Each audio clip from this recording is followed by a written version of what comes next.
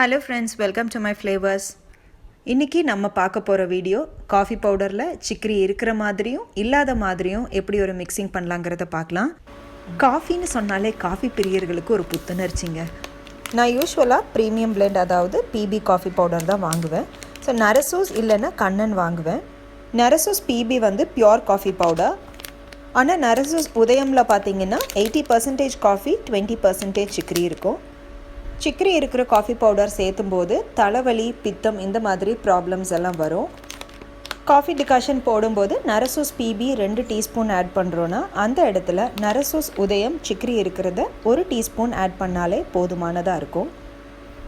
நல்ல ஒரு குவாலிட்டியான காஃபி பவுடர் மிக்சிங் லைட்டாக சிக்கரியோட வேணும் அப்படின்னா இந்த மெத்தட் ஃபாலோ பண்ணோன்னா நல்லாயிருக்கும். இது என்னோடய கசின் உமாக்கா சொல்லி கொடுத்தாங்க. அண்ட் அவங்க வந்து ரொம்ப காஃபி எக்ஸ்பர்ட்னு சொல்லலாம்.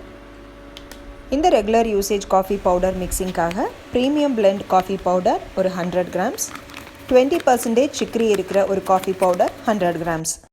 இந்த ரெண்டையும் ஒரு பவுலில் ஆட் பண்ணி மிக்ஸ் பண்ணி நம்ம ஏர்டைட் கண்டெய்னரில் ஸ்டோர் பண்ணிக்கலாம்.